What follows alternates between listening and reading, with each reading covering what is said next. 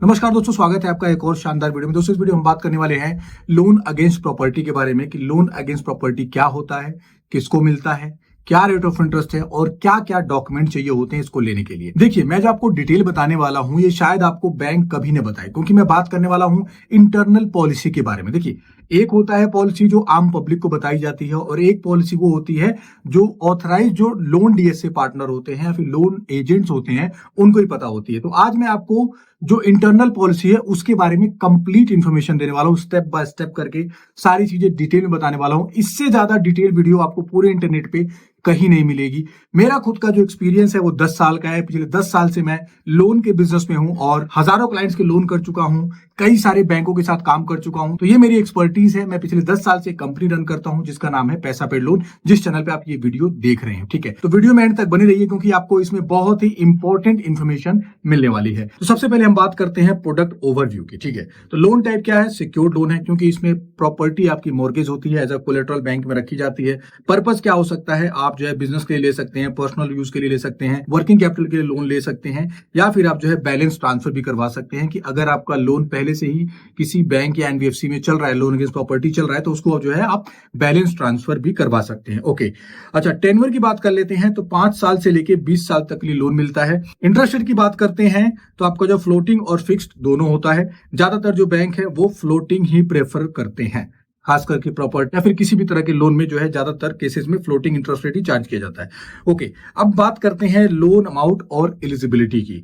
So minimum जो loan amount है वो मिलता है आपको 3 लाख रुपए। ठीक है, मिनिमम जो लोन अमाउंट है वो 3 लाख रुपए मिलता है। इसके अलावा जो मैक्सिमम लोन अमाउंट है वो 5 करोड़ है। देखिए, 5 करोड़ भी मिलता है, 10 करोड़ भी मिलता है और 50 करोड़ भी, 100 करोड़ भी मिलता है। डिपेंड करता है कि आपके पास कितना बड़ा कोलेट्रल है। ओके, लेकिन यहाँ पे बेटर अंडरस्टैंडिंग के लिए मैंने सिर्फ यहाँ पे 5 करोड़ ही यहाँ पे ऐड किया हुआ है। इसके अलावा बात करते हैं हम एलटीवी की। एलटीवी का मतलब क्या होता है? जैसे फॉर एग्जाम्पल आपकी प्रॉपर्टी 1 करोड़ की है तो उस पे जो है कितने का लोन मिलेगा, कितने परसेंट का लोन मिलेगा। सो लेट सपोज आपकी प्रॉपर्टी अगर रेजिडेंशियल है और वो 1 करोड़ की उसकी मार्केट वैल्यू है, तो उस पे जो है 70% से लेके जो है 75%, यानी 70 लाख रुपए से लेके 75 लाख रुपए तक का आपको लोन मिलने वाला है। इसके अलावा कोई कमर्शियल प्रॉपर्टी है आपकी। कमर्शियल प्रॉपर्टी क्या होती है? कोई शॉप है, दुकान है, या कोई मॉल है आपका, या कोई इंडस्ट्रियल प्रॉपर्टी है, या फिर कोई फैक्ट्री है, वॉटेवर, कुछ भी हो सकता है। तो उस पे फॉर एग्जांपल मान के चलिए अगर उसकी वैल्यू, मार्केट वैल्यू 1 करोड़ की है तो बैंक आपको उस पे 60 से 65%, यानी 60 से 65 लाख रुपए का लोन दे सकता है। ओके, सो ये हो गया लोन टू वैल्यू। देखिए, जो एलटीवी होती है वो बैंक जो है अपने हिसाब से निकालता है। फॉर एग्जांपल आपकी कोई प्रॉपर्टी है जिसकी वैल्यू 1 करोड़ है, ऐसा आपको लगता है, ऐसा आप मानते हैं, ऐसा आपको मार्केट का पता है। ठीक है, लेकिन जो बैंक होता है वो अपना लीगल वैल्यूएशन करवाता है। इन द सेंस वो अपना एडवोकेट भेजेगा प्रॉपर्टी पे, वो अपना जो है इंच टेप वगैरह लेके नापते हैं। नापने के बाद जो उनका एडवोकेट होता है वो मार्केट वैल्यू निकालता है। वही मार्केट वैल्यू बैंक के द्वारा कंसीडर की जाती है। वो 10-20 लाख रुपए ऊपर नीचे हो सकता है। फॉर एग्जाम्पल आप बोल रहे हैं 1 करोड़ की प्रॉपर्टी है, जो वैल्यूएशन वाला है वो बोलेगा 80 लाख रुपए की प्रॉपर्टी है। ठीक है, तो इसमें फाइट करके भी आप एलटीवी अपना बढ़वा सकते हैं। ओके, सुना, आगे बढ़ते हैं। अब आता है एप्लीकेंट एलिजिबिलिटी। देखिए, ये आप जो है सैलरीड को भी मिलता है और सेल्फ एम्प्लॉयड को भी मिलता है। सो प्रॉपर्टी लोन लेने के लिए क्या एलिजिबिलिटी होनी चाहिए वो मैं आपको बताता हूं। देखिए, एज यहाँ पे है 21 साल। ठीक है, मिनिमम जो एज है वो 21 साल होना चाहिए। मैक्सिमम जो एज है वो आपका जो है यहाँ पे 65 ईयर्स होना चाहिए। अब 65 ईयर्स यहाँ पे मेंशन किया हुआ है एट लोन मैच्योरिटी। मतलब क्या है? जब आपका लोन कंप्लीट हो रहा होगा उस टाइम पे आपकी जो एज है वो 65 साल होनी चाहिए, इससे ज्यादा नहीं। मतलब अगर आप 10 साल का लोन लेना चाह रहे हैं तो आपकी एज अगर 55 है, ठीक है, तो 55 प्लस 10 साल का लोन हुआ तो ये हो गया आपका 65 साल। ठीक है, 55 साल की एज में आप जो है 20 साल का लोन नहीं ले सकते, क्योंकि वो हो जाएगा 75 साल। तो ये जो है 65 साल पार कर रहे हैं, तो इसमें आपको मैक्सिमम जो टेन्योर मिलने वाला है वो मिलने वाला है 10 साल का। इसका मतलब 65 साल जो है लोन मैच्योरिटी के टाइम पे एज मैक्सिमम होनी चाहिए। ओके, सो इसके अलावा मिनिमम इनकम की बात करते हैं तो 25,000। देखिए, मिनिमम जो ये जो इनकम है ये 25,000 भी हो सकती है, 10,000 भी हो सकता है, 15,000 भी हो सकता है, 50,000, 5 लाख भी हो सकता है। ये यहाँ पे मिनिमम कैटेगरी डाली गई है। अब इसमें क्या होता है ना, अगर आपकी सैलरी फॉर एग्जांपल कैश में भी आ रही है, या फिर आपकी सैलरी अगर अकाउंट में ही आ रही है या आपको चेक से मिलती है, तो भी यहाँ पे कंसीडर किया जाता है। देखिए, प्रॉपर्टी लो में यही सबसे अच्छी बात होती है कि यहाँ पे जो है ना कैश की इनकम भी काउंट की जाती है। अगर आपकी सैलरी कैश में आ रही है, आप लेटर हेड पे लिखवा के दे दोगे तो भी चल जाता है वो। ओके, सो और इन केस मान के चलिए आपकी सैलरी 15,000 रुपए है, आपके भाई की सैलरी भी 15,000 है, तो उन दोनों लोगों की इनकम भी क्लब करी जा सकती है, खास करके प्रॉपर्टी लोन में। यानी 15,000 हो गए आपके करीब करीब जो है 30,000 रुपए। तो 30,000 रुपए के हिसाब से आपको लोन मिलेगा। फॉर एग्जाम्पल मान के चलिए आपको 20 लाख का लोन लेना है, जिसकी ईएमआई मान के चलिए 20,000 रुपए बन रही है, मतलब 30,000 रुपए के हिसाब से यानी 20,000 रुपए आपकी ईएमआई यहाँ पे कंसीडर जो है की जा सकती है। वहीं पे अगर एक सिंगल एप्लीकेंट होता जिसकी सैलरी सिर्फ 15,000 रुपए होती, तो उसको उसकी सैलरी के हिसाब से लोन मिलता है। एक चीज और मैं आपको बता दूं, ध्यान रखिए आप, ये सबसे इंपॉर्टेंट चीज है, कभी भी जो बैंक है वो प्रॉपर्टी वैल्यू के हिसाब से नहीं, आपके इनकम के हिसाब से देता है। प्रॉपर्टी आपकी 1 करोड़ की है, इनकम आपकी मान के चलिए 20,000 है, तो जो आपको लोन मिलेगा वो 20,000 रुपए के हिसाब से मिलेगा, ना कि प्रॉपर्टी वैल्यू के हिसाब से मिलेगा। क्योंकि बैंक जो चाहता है, बैंक की मर्जी ये है कि भाई जो मैं पैसा दे रहा हूं वो पैसा वापस आना चाहिए। बैंक प्रॉपर्टी लेने के लिए लोन नहीं दे रहा है, वो प्रॉपर्टी आपका कब्जा करने के लिए लोन नहीं दे रहा है, वो दे रहा है ताकि उस पर बैंक जो है इंटरेस्ट कमा सके, या एनबीएफसी जो है इंटरेस्ट कमा सके। ओके, सुना, आगे बढ़ते हैं। अच्छा, इसके अलावा वर्क एक्सपीरियंस 2 साल का, देखिए 1 साल का भी है, 6 महीने का भी है, तो भी मिल जाता है। ऐसा कोई यहाँ पे पॉलिसी नहीं होती है, ये जो है कस्टमाइजेबल होती है। ओके, तो सेल्फ एम्प्लॉयड की बात करते हैं। अगर आप बिजनेस करते हैं तो उस केस में जो आपकी एज है वो मिनिमम 23 साल के आसपास होनी चाहिए। बिजनेस की विंटेज 3 साल से ज्यादा होनी चाहिए, यानी जो बिजनेस आप कर रहे हैं उसकी जो एज है वो 3 साल प्लस होना चाहिए। लेकिन यहाँ पे क्लॉज ये है कि 6 महीने पुराना बिजनेस भी है, 1 साल पुराना बिजनेस है, 2 साल पुराना बिजनेस है, तो भी आपको लोन मिल सकता है। लेकिन ये जो है लोन अमाउंट पे इंपैक्ट डालता है। इट मींस जहां पे आपको लोन मिलने वाला था 50 लाख रुपए, वहां पे ये लोन देंगे 35 लाख रुपए, 30 लाख रुपए। ओके, क्योंकि यहाँ पे बिजनेस स्टेबिलिटी बहुत ज्यादा मायने रखती है। इसके अलावा आईटीआर की बात करते हैं। आईटीआर जो है 2 से 3 साल का चाहिए होता है, साथ में जो है यहाँ पे बिजनेस प्रूफ भी चाहिए होता है। ठीक है, बिजनेस प्रूफ मतलब जैसे आपका जीएसटी हो गया, आपका टिन नंबर हो गया, टैन नंबर हो गया, एमएसएमई सर्टिफिकेट हो गया, अगर आप रेस्टोरेंट है तो एफएसएसआई लाइसेंस हो गया, अगर आप कोई केमिस्ट शॉप चलाते हैं तो आपका ड्रग लाइसेंस हो गया। ठीक है, तो कहने का मतलब यहाँ पे एक बिजनेस प्रूफ भी चाहिए होता है। आईटीआर नहीं भी है तो भी आपको लोन मिल सकता है, इस चीज को आप दिमाग में बिठा लेना। आईटीआर बहुत ज्यादा इंपैक्ट नहीं डालता है, आईटीआर से कोई बहुत ज्यादा आपको लोन अमाउंट नहीं बढ़ने वाला है। एक्चुअल में है जो आपकी बिजनेस में जो कैश फ्लो होता है, ठीक है, उस कैश फ्लो के हिसाब से आपको लोन दिया जाता है। वो कैश फ्लो आपके बैंक अकाउंट में भी दिख सकता है, वो कैश फ्लो आपके जो है जो आप रजिस्टर वगैरह मेंटेन करते हैं, क्योंकि सेल्फ एम्प्लॉयड में जो है डेली कैश फ्लो जो आप रजिस्टर मेंटेन वगैरह करते होंगे, फॉर एग्जांपल आपकी कोई परचून की शॉप है, आप आईटीआर जीएसटी नहीं भरते, लेकिन आप डेली कैश फ्लो मेंटेन करते हैं कि भाई आज मेरी इतने की सेल हुई, इतने का सामान आया, इस तरह की जो भी कैलकुलेशन होती है वो भी जो है आपके लोन में काउंट की जा सकती है, वो भी जो आपकी इनकम में कंसीडर करी जा सकती है। इसके बाद आ जाता है आपका इनकम प्रोग्राम। ठीक है, इनकम प्रोग्राम का मतलब क्या होगा, जो आपका टर्नओवर होता है उसके हिसाब से। फॉर एग्जांपल आपका कोई आईटीआर जीएसटी नहीं है, लेकिन आपके बैंकिंग में टर्नओवर है, उसके हिसाब से भी लोन बनता है। जीएसटी में अगर आपका टर्नओवर है उसके हिसाब से भी लोन बनता है। ठीक है, जैसे मैंने बताया अभी बैंकिंग सरोगेट प्रोग्राम, मतलब आपके पास आईटीआर जीएसटी नहीं है लेकिन बैंकिंग में ट्रांजैक्शन बढ़िया है, उसके हिसाब से भी लोन बनता है। लो एलटीवी कि अगर आपकी इनकम नहीं बन रही है, अगर आपके पास कोई भी इनकम सोर्स नहीं है जो आप वेरीफाई नहीं भी हो सकती, उस कंडीशन में लो एलटीवी यानी प्रॉपर्टी अगर 1 करोड़ की है तो आपको 20 लाख रुपए 25 लाख रुपए का लोन मिल जाता है। ठीक है, इसके अलावा है ईएमआई मल्टीप्लायर प्रोग्राम कि आपका जो जैसे फॉर एग्जांपल आपकी इनकम बन रही है 20,000 रुपए की, ठीक है, तो 20,000 का मान के चलिए ये दे देंगे आपको 50 गुना, ठीक है, कभी 40 गुना, ऐसे करके ये लोग जो है लोन मिलता है। नॉर्मल इनकम प्रोग्राम में आपकी वही आ जाती है कि आपके पास सारे डॉक्यूमेंट्स हैं। अगर आप जॉब करते हैं तो आपके पास सैलरी स्लिप है, फॉर्म 16 है, और अगर आप बिजनेस करते हैं तो आपके पास आईटीआर जीएसटी करंट अकाउंट सब है। ठीक है, तो वो आपका आ जाता है नॉर्मल इनकम प्रोग्राम। ओके, सुनाओ आगे बढ़ते हैं। इसके अलावा आ जाता है प्रॉपर्टी एलिजिबिलिटी। ठीक है, रेजिडेंशियल फ्लैट हो सकता है, आपका बिल्डर फ्लोर हो सकता है, आपका कोई घर हो सकता है जड़ से, कमर्शियल में शॉप ऑफिस हो सकता है, इंडस्ट्रियल में आपकी कोई फैक्ट्री हो सकती है। इन सब तरह के प्रॉपर्टी पे लोन अगेंस्ट प्रॉपर्टी का लोन जो है मिल जाता है।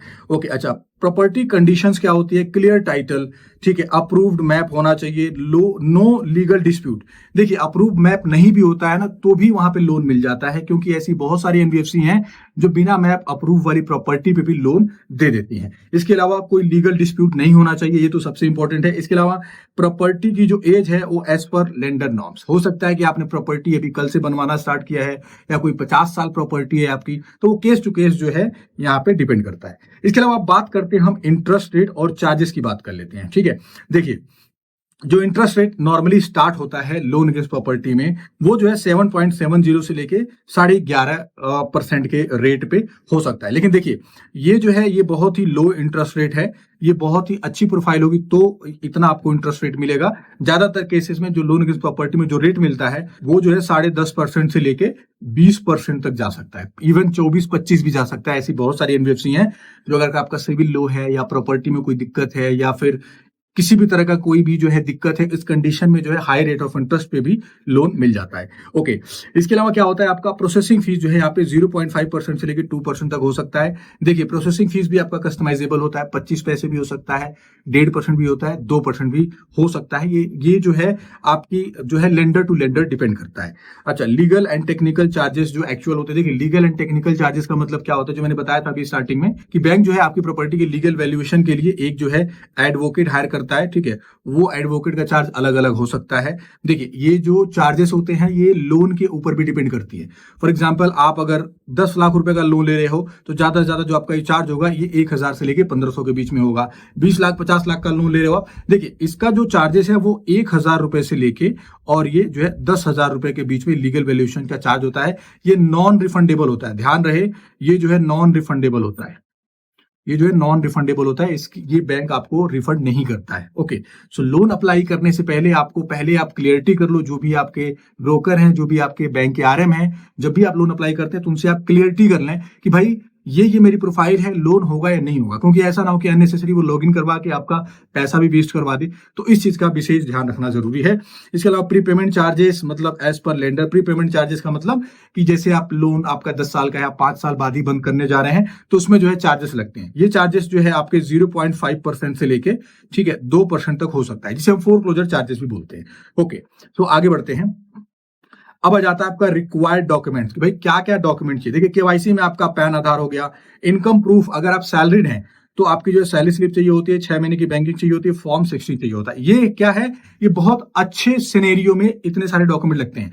अगर आप सैलरीड हैं, अगर आपकी सैलरी कैश में आ रही है तो भी काम चल जाता है। सैलरी स्लिप की जगह आप जो है लेटर हेड दे सकते हैं, ठीक है, लेटर हेड जो है आप दे सकते हैं। लेटर हेड पे क्या होता है, जहां पे भी आप जॉब करते हैं उस कंपनी से आप लेटर हेड पे लिखवा सकते हैं कि मेरा नाम ये है, मेरी ये डिजिग्नेशन है और मैं इतनी सैलरी लेता हूं, तो ये कंपनी वाले लिख के दे देते हैं, वो लेटर हेड भी आपका वैलिड होता है। बैंक स्टेटमेंट की तो रिक्वायरमेंट होती है। इसके अलावा फॉर्म 16 नहीं भी है तो भी आपका लोन हो सकता है। अच्छा, अगर आप सेल्फ एम्प्लॉयड हैं तो आईटीआर, जैसे कि मैंने बताया, आईटीआर मैंडेटरी नहीं होता है, फिर भी जो है आपका लोन हो सकता है। जीएसटी रिटर्न चाहिए होता है, मतलब जीएसटी सर्टिफिकेट, जीएसटी रिटर्न हो गया, और इसके बाद जो है बैंक स्टेटमेंट चाहिए होता है लास्ट 1 ईयर की, ठीक है। सैलरीड वाले में 6 महीने की चाहिए होती है, और सेल्फ एम्प्लॉयड है, बिजनेस करते हैं, तो उस कंडीशन में आपकी जो बैंक स्टेटमेंट है वो 1 साल की मांगी जाती है।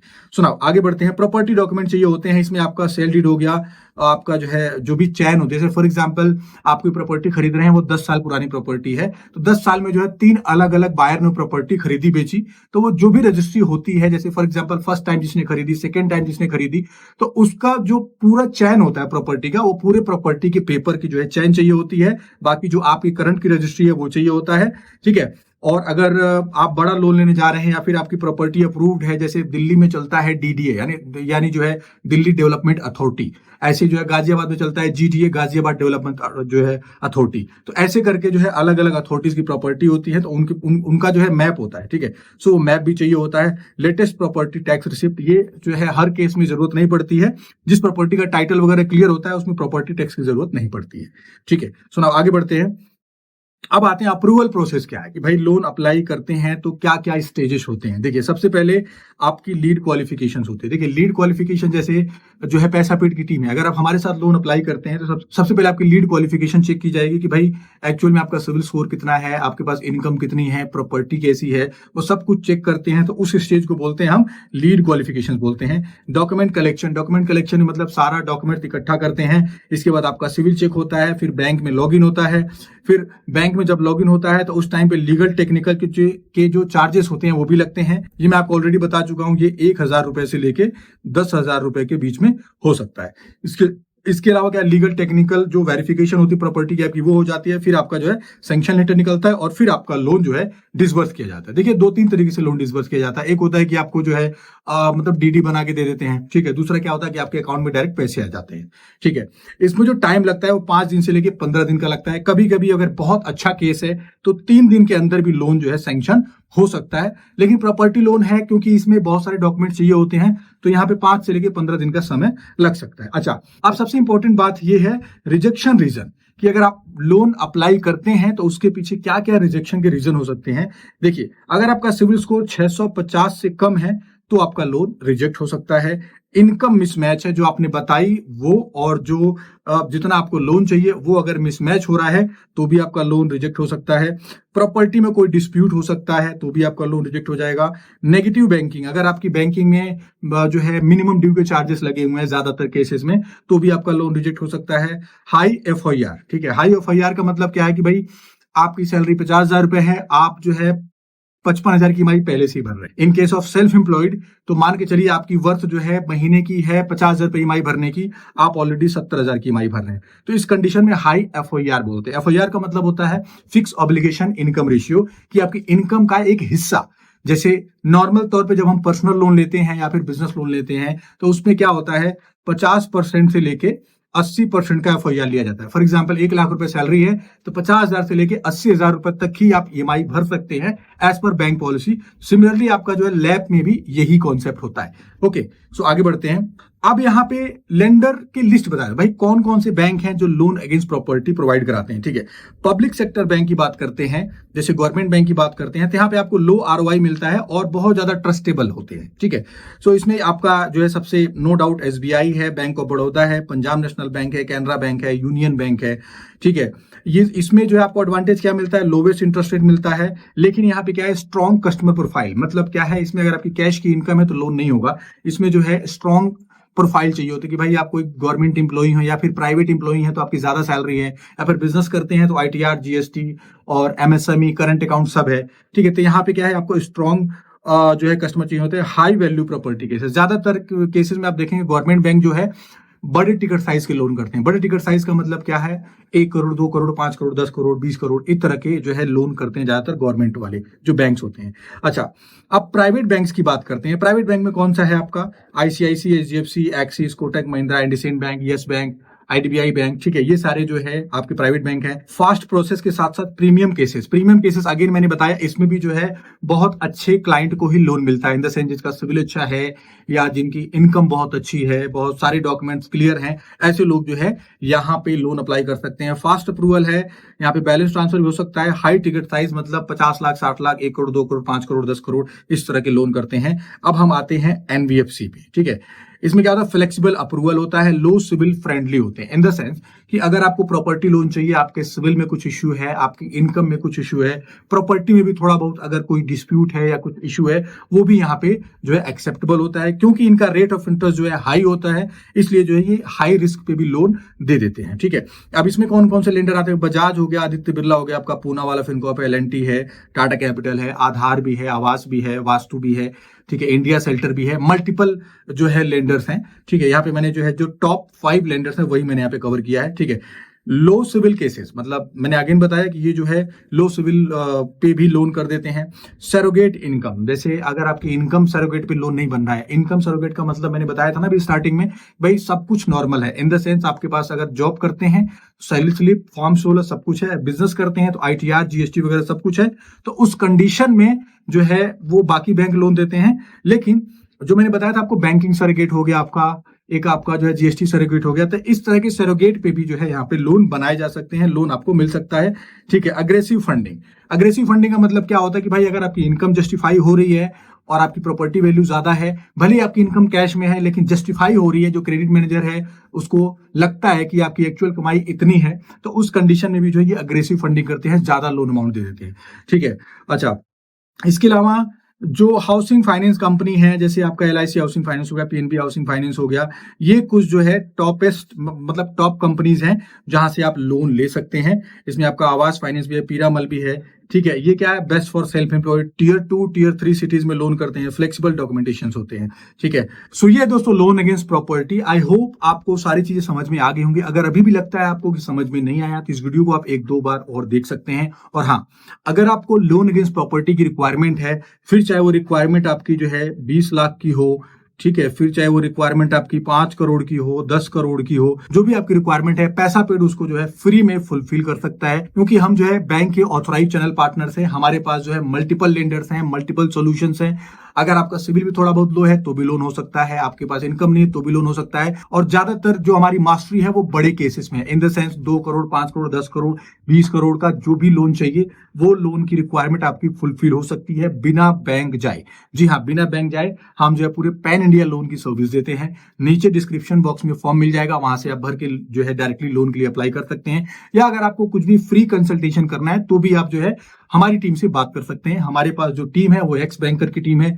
5 साल से लेकर 25 साल तक का एक्सपीरियंस आपको एक ही प्लेटफॉर्म पे मिल जाता है, और वो भी फ्री ऑफ कॉस्ट। जी हाँ, फ्री ऑफ कॉस्ट, 1 रुपया भी हम कोई भी चार्ज नहीं लेते हैं। हमें जो है बैंक से खुद ही कमीशन मिल जाता है। नीचे आपको डिस्क्रिप्शन बॉक्स में फॉर्म मिल जाएगा, वो फॉर्म भरिए और लोन अप्लाई करिए। और हाँ, अगर आप चैनल पे नए हैं और यहाँ तक वीडियो आपने देखा है तो चैनल को सब्सक्राइब जरूर करिए, वीडियो को लाइक करिए, और जिसको भी लोन अगेंस्ट प्रॉपर्टी की रिक्वायरमेंट है उनके साथ ये वीडियो आप शेयर कर सकते हैं। उनकी नॉलेज भी बढ़ेगी, और अगर उनको रिक्वायरमेंट भी होगी तो उनकी रिक्वायरमेंट भी फुलफिल हो सकती है। मिलते हैं किसी ऐसे ही शानदार वीडियो में, तब तक के लिए धन्यवाद।